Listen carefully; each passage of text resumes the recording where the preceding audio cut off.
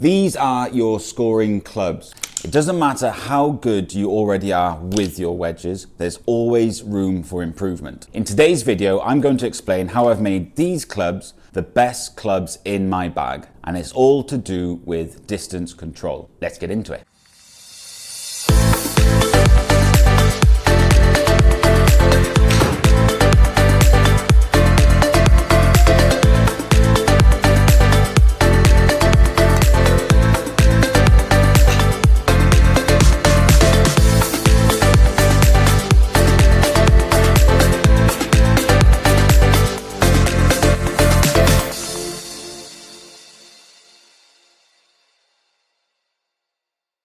Now there are a ton of videos on this topic on YouTube, and they all talk about a clock system. So measuring the length of your swing on a clock face. So a 9 o'clock swing or a 10 o'clock swing. And you see a lot of pros utilize this system. Bryson DeChambeau has been using this system to great effect, obviously, in his whole career, and does it for all of his clubs as well. But the clock system is something I've really struggled with, and it's because I don't have the flexibility for an 11 o'clock swing.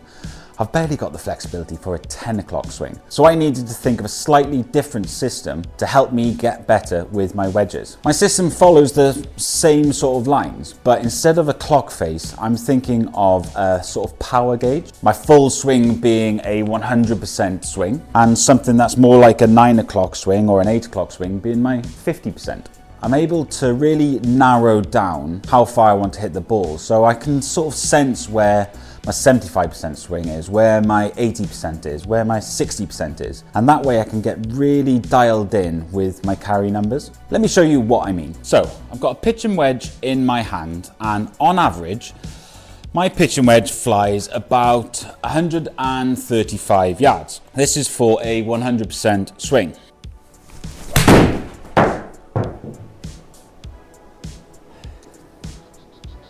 I'm going a bit left today. Slightly below average, 133.7 yards. But you get what I mean. My 75% swing goes about 120 yards. A little bit left again, but 123 yards. Finally, my 50% swing goes about 85 yards. Just like that. 85 yards. Oh, 84.6. But you get the general gist of what I'm talking about. Now you can apply this logic to the rest of the wedges in your bag. I've got a 60 degree, I've got a 55 degree, a 50 degree, and a pitch and wedge. But you can also apply this to the whole of your bag if you really want to dial in your approach distances all the way through your bag. But the foundations that you need for this system are a 50% swing, a 75% swing, and a 100% swing. Hopefully you should all have a 100% swing nailed down already. It's just your normal full swing. The first foundation for this power gauge sort of system that I'm thinking about was obviously the full swing. Second one was going to be where to start this gauge from, where to start the 50%. At the driving range at my local golf club, they have markers set out down the range. So we've got a 50-yard marker, 100-yard marker, etc, etc, etc. And I've always warmed up. My first sort of shot during a warm-up for a round of golf was the 50-yard marker, and it always looked to be about here for me, which felt like a very consistent and easy place to start this system from. So my 50% swing is simply a pitch shot to 50 yards with my 60-degree wedge. That should be just about right. Oh, spot on. Nice. Now the 75% swing is logically going to be somewhere between your 50% and your 100%. So for me, my 75% swing I think looks like it's somewhere between my 50 and my 100, which is good. And with my 50 degree, this should go about 89 yards. It's pretty close, it's left again, but 89 yards? Oh, 89.9, close. Once you've got your 3 swings nailed down, you need to go out and get the distances for each swing with each wedge. And the best way to go about getting these distances is with a launch monitor. Now, not everyone has access to a launch monitor in their home. Be 89 yards again, go on. Oh, 89.5. Like I said, not everyone's got access to launch monitors at home, but everyone has access to a teaching professional, and most teaching professionals have launch monitors themselves.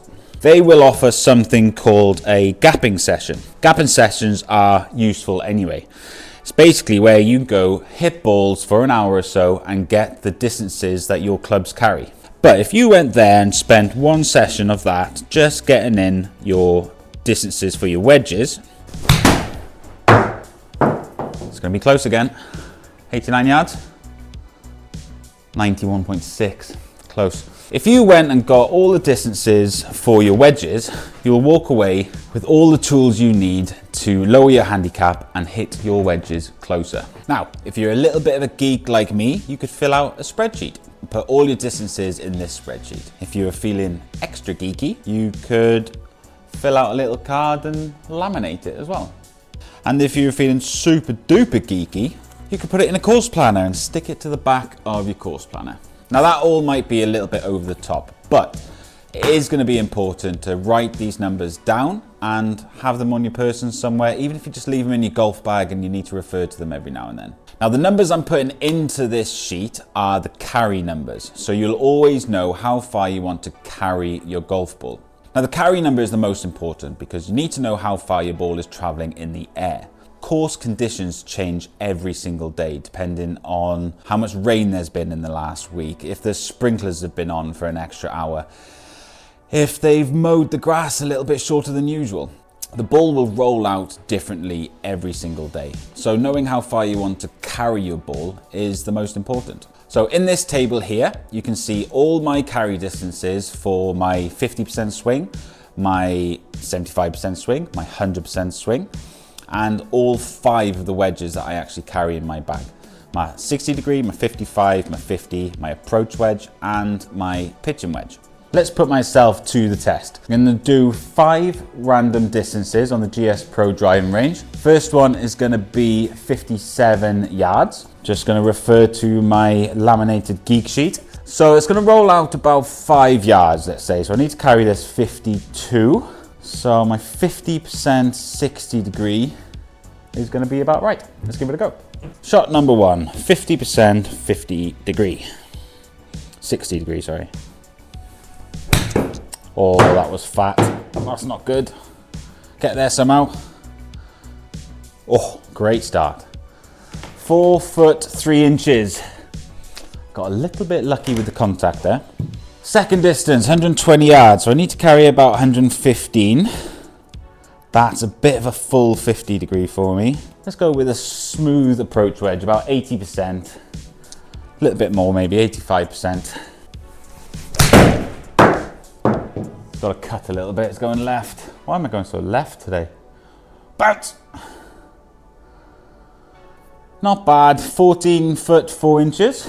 Third shot, 116 yards. Getting some long ones. 116 yards. I'm probably going to go with the approach wedge again. I need to land it about 110. Left. Cut! Just about pin high. Just left. 20 foot. Shot number 4, 85 yards. So I need to carry it about 80 yards. What have we got? 75% 55 degree. Perfect. Quite like that. It's a bit left to go. Oh, sit! No, we're good. Just a little bit too far, that one. Last one, 77 yards. I need to carry this about 72. Let's have a look. 72, 50% 50 degree. Might roll out a little bit more, so I might need to carry it a little bit less. A little bit fat. My screen cut out there, and I think it was pretty close to actually going in the hole. Right, last shot. 101 yards, so I need to carry this about 95. 95 with a bit more rollout, so 55 degree maybe. Nice smooth 55, or an even smoother 50 degree. Let's go with a nice smooth 50 degree. So I'm aiming for about 85%. Got the 50 degree in hand. don't think that's too bad. Roll. Not terrible, 11 foot 7 inches. There you go. There you have it, there's my system. I don't think I actually did that test very well compared to what I normally do, but I'm having putts at every single hole and I'm hitting every single one of these shots with confidence. So there you have it, that is my distance control system. I've transferred this system from my wedges all the way up through my bag, which has really helped me in my approach distance on longer shots as well. The clock system never really worked for me. Like I said at the start of the video, I haven't got the flexibility for an 11 o'clock swing. I've barely got it for a 10 o'clock swing. But what's easy for my brain to use is just a power system and how hard I hit the ball. So if you haven't got the flexibility, maybe this system would be helpful for you as well. If you've enjoyed the video, please make sure you like and subscribe to the channel. By liking and subscribing, you're letting YouTube know that you like this content, obviously, but it will also share this content with other users like yourself. And if YouTube shares this with other users like yourself, then the channel will grow. But on that note, thank you very much for your support. Thank you for watching the video, and I'll see you in the next one.